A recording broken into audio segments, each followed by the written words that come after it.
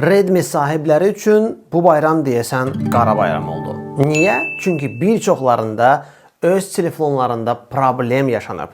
Nə problemlərdir? Problemləri necə həll etmək olar? İndi bro bütün bunları sizə deyəcək. Çayınız hazırdırsa, məndə şəxsən hazırdır. Gəlin başlayaq. Son günlərdə Redmi Note istifadəçiləri, xüsusilə Redmi Note 12S və 13 modellərinin sahibləri şarjla ciddi problemlər yaşayırlar. Belə ki, bir çoxlarında ya sürətli şarj işləməməyə başlayıb, ya da ki, batareya sadəcə olaraq 100%-ə qədər dolmayıb. Əsas məsələ odur ki, sözügedən modellərin hamısında yox, yalnız HyperOS 2.02 versiyasına keçənlərdə olur. Bəli, deməli problem məsələ bu proqram yeniləməsində olur. İndi Xiaomi'nin mühəndisləri bunun üzərində işlədiyini etiraf ediblər. Bəli, hardasa martın 19-da rəsmi bir reaksiya gəldi ki, bəli, bu problemi bilirik və bunun üzərində işləyirik. Amma nə vaxt o həll olunacaq və nə vaxt onu həll edən bir yeniləyimə çıxacaq, buraxacaqlar, bunu təəssüf ki, bildirmirlər. Amma biz ən azı bəzi həll yollarını düşündük və ola bilsin ki, sizdə bu problemi həll etmək olar. Hansı yollardan? İndi deyəcəm. Birinci, mütləq hər zaman deyirəm, orijinal adapterdən istifadə edin.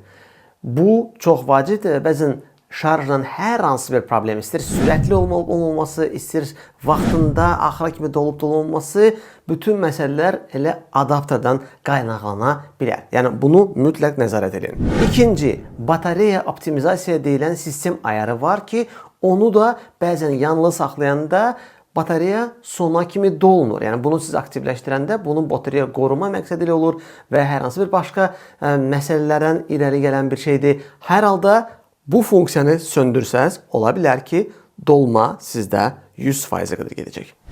Üçüncü problem nə qədər banal olsa da smartfonun şarj portu ilə bağlı ola bilər. Bəli, bəzi istifadəçilərdə şarj portu, yəni adapterin taxıldığı yer, belə də yer arasında o qədər toz və kirlə dolur ki, o ciddi olaraq, bu toz və kir ciddi olaraq şarja belə mane ola bilər. Şarj yığmaqda problem yaranıbsa daha bir məsləhət təbii ki, şarjda olarkən telefondan istifadə etməyin. Ən çox da bunu oyun sevərlər də çox vaxt edirlər. Çünki oyundan ayrılmamaq üçün telefonu şarja taxırlar və paralel olaraq telefonu yükə salırlar. Bu, əlbəttə ki, şarj prosesinə mane olacaq. Və nəhayət daha bir məsləhət.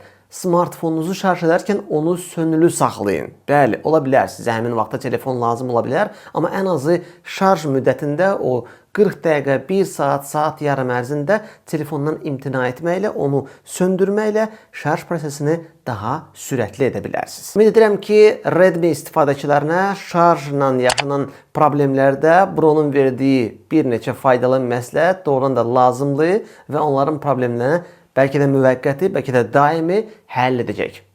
Həddirsə, yoxdursa, nədirsə, zəhmət olmasa şərh bölməsində yazın. Varmı sizdə belə bir problemlər? Redmi istifadəçiləri, sizin şərhlərinizi gözləyirik. Növbəti videolarda görüşərik. Hələlik.